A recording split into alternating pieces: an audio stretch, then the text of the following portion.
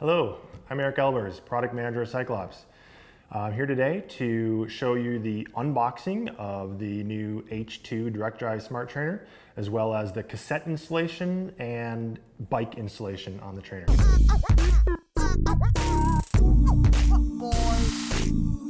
I've already taken the H2 out of the box. As you can tell, it's actually fully assembled with the exception of the cassette. We do not include a cassette with the H2. We want to make sure that you are able to get the cassette for the right gearing that you want, whether it's 8, 9, 10, or 11 speed. So please, if you're unaware of how to do that, check with your local dealer. So I'm going to go through the contents of the box with you. First and foremost, the manual, which I'll be covering with you right now today.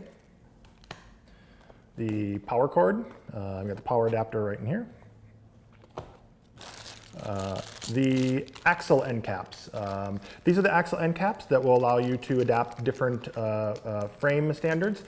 Pre-installed on the H2 is 130 millimeter.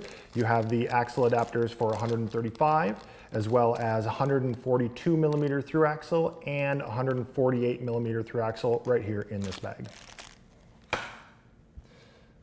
The cassette, which I talked about, this is going to be next up. We'll show you how to install that. I have a cassette here that we'll go through the installation with. And then the tools to install the cassette. Most importantly, chain whip, the cassette lock ring tool, and a wrench for the lock ring tool. Last but not least, we'll want to double check to make sure that we have our front stabilizer block as well as our disc brake shim. This is held in by the feet. When you unclip the feet, that will release the block there.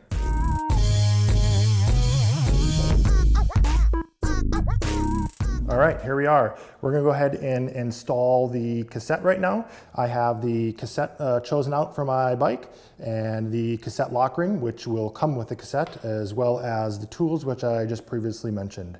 One thing to be aware of, if you are installing an 8, 9, or a 10 speed Shimano or SRAM cassette, you can install it just as it is out of the box.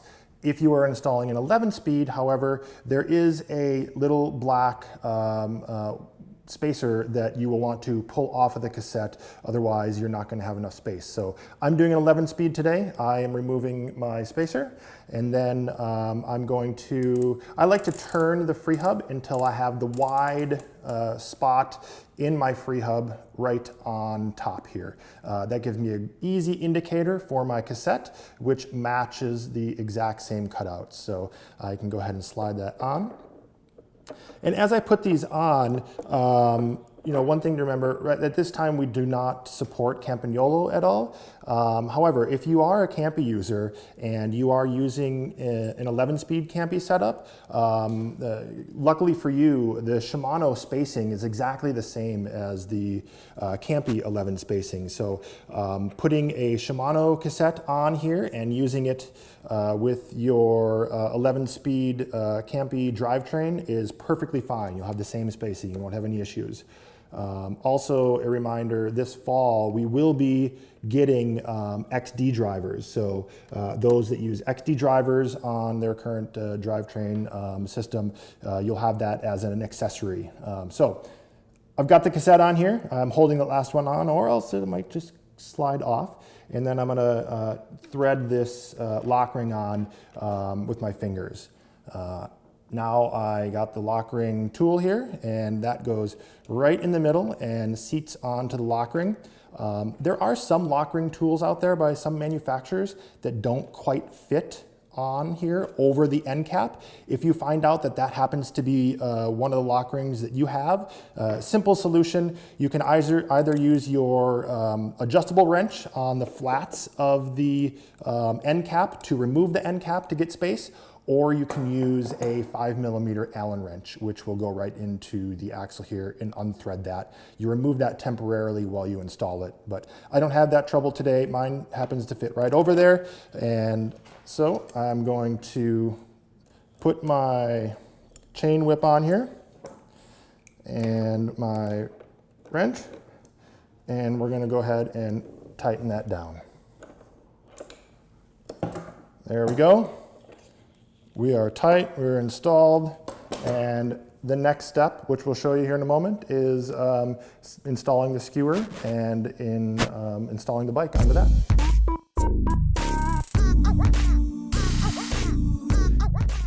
All right, now that we've installed the cassette on the H2 trainer, we're gonna prep our bike and remove the rear wheel to get it ready to install. So I am going to first wanna make sure that when you remove the rear wheel that your chain is in the lowest gear. So I'm gonna go ahead and shift down to the lowest gear here. One more.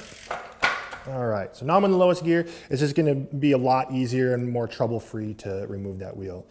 So we're going to loosen the quick release lever on the non-drive side here, and then we're going to remove the skewer completely. So this skewer from your bike is going to be reused in the hammer to secure to the hammer. So we're going to go ahead and remove it all the way. Let me screw that end cap on so we don't lose it.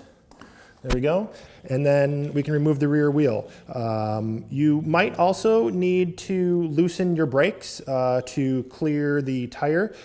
So you'll find a lever or a disconnect, depending upon the type of brakes you have, to widen them to make sure you have clearance to remove that. So I've gone ahead and flipped this little lever here on my brakes to open them up. Also, instead of just pulling at this point, it's a good idea to grab the derailleur and just kind of push it back, and the wheel will more or less fall right out. All right, now we've removed the wheel, and we're done with this because now our H2 trainer becomes the rear wheel.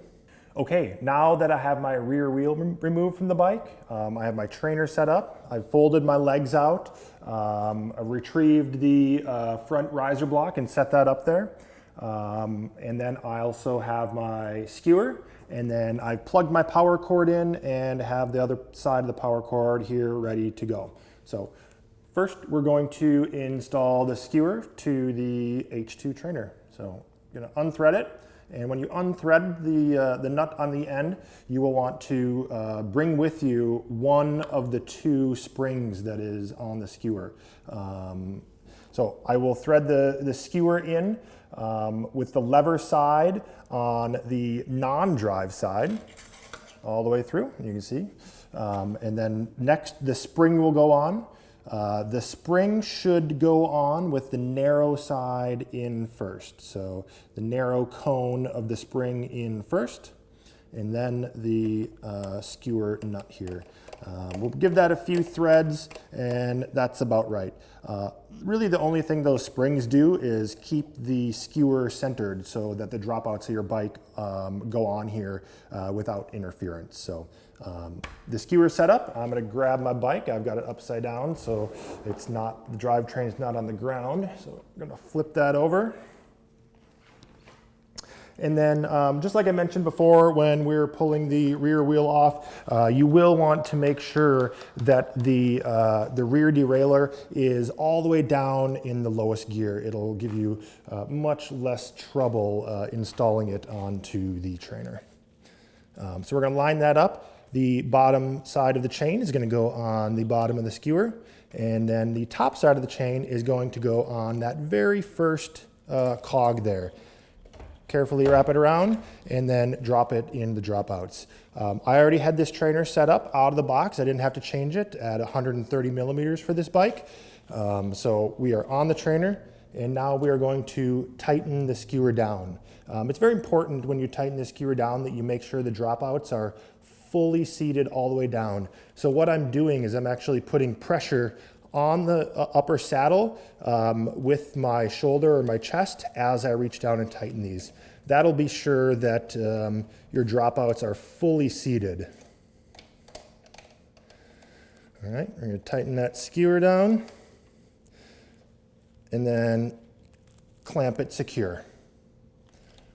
Now that I got my trainer in there, I'm going to give it a good kind of a balance check. If there's any instability left or right on this trainer, this is the time where I'm going to want to adjust one of the two or maybe both of the front feet to make sure that the trainer is fully balanced and doesn't have any movement in there.